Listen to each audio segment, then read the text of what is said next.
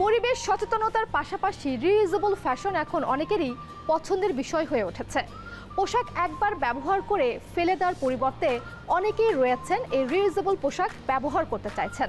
এই রিইউজেবল পোশাক তৈরিতে কাপড় কম লাগে, এমনকি পরিবেশ দূষণও কম হয়।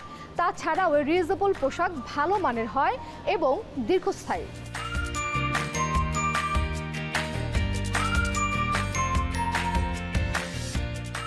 রিয়েলাইজেশনের একটা জায়গা পেয়েছি যে আচ্ছা এই জিনিসগুলো তো অপ্রয়োজনীয়, কেন করছি, আর একটু চিন্তা করা যায় কিনা নিজের প্রকৃতি নিয়ে, নিজের দেশটা নিয়ে। সেই জায়গা থেকে আমরা দেখেছি প্রতিটা মানুষ রিইউজেবল ক্লথের প্রতি খুব বেশি আগ্রহী হয়ে উঠেছে।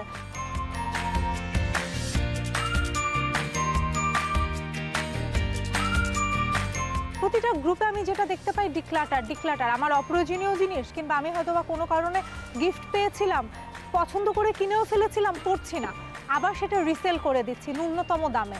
আবার আরেকজন যে কিনা সমানভাবে স্ট্যাবলিশ সমাজে, সে ওই জিনিসটা কিনে নিচ্ছে, এবং এটাতে এখন আর আমাদের ভেতর ওই ব্যাপারটা কাজ করে না যে না কেন কি, বরং আমরা এটা অ্যাপ্রিসিয়েট করা শিখেছি। এখানে আমার মনে হয় কি আমাদের এই যে কনসার্ন হওয়া, জানার আগ্রহ, জানার চেষ্টা, এটা খুব ইফেক্টিভ ওয়েতে কাজ করছে। সেই জায়গা থেকে রিইউজেবল পোশাক এবং পোশাকের সাথে আমার মনে হয় ফার্নিচার থেকে ধরে প্রতিটা ক্ষেত্রে এই চেঞ্জিংটা এসেছে।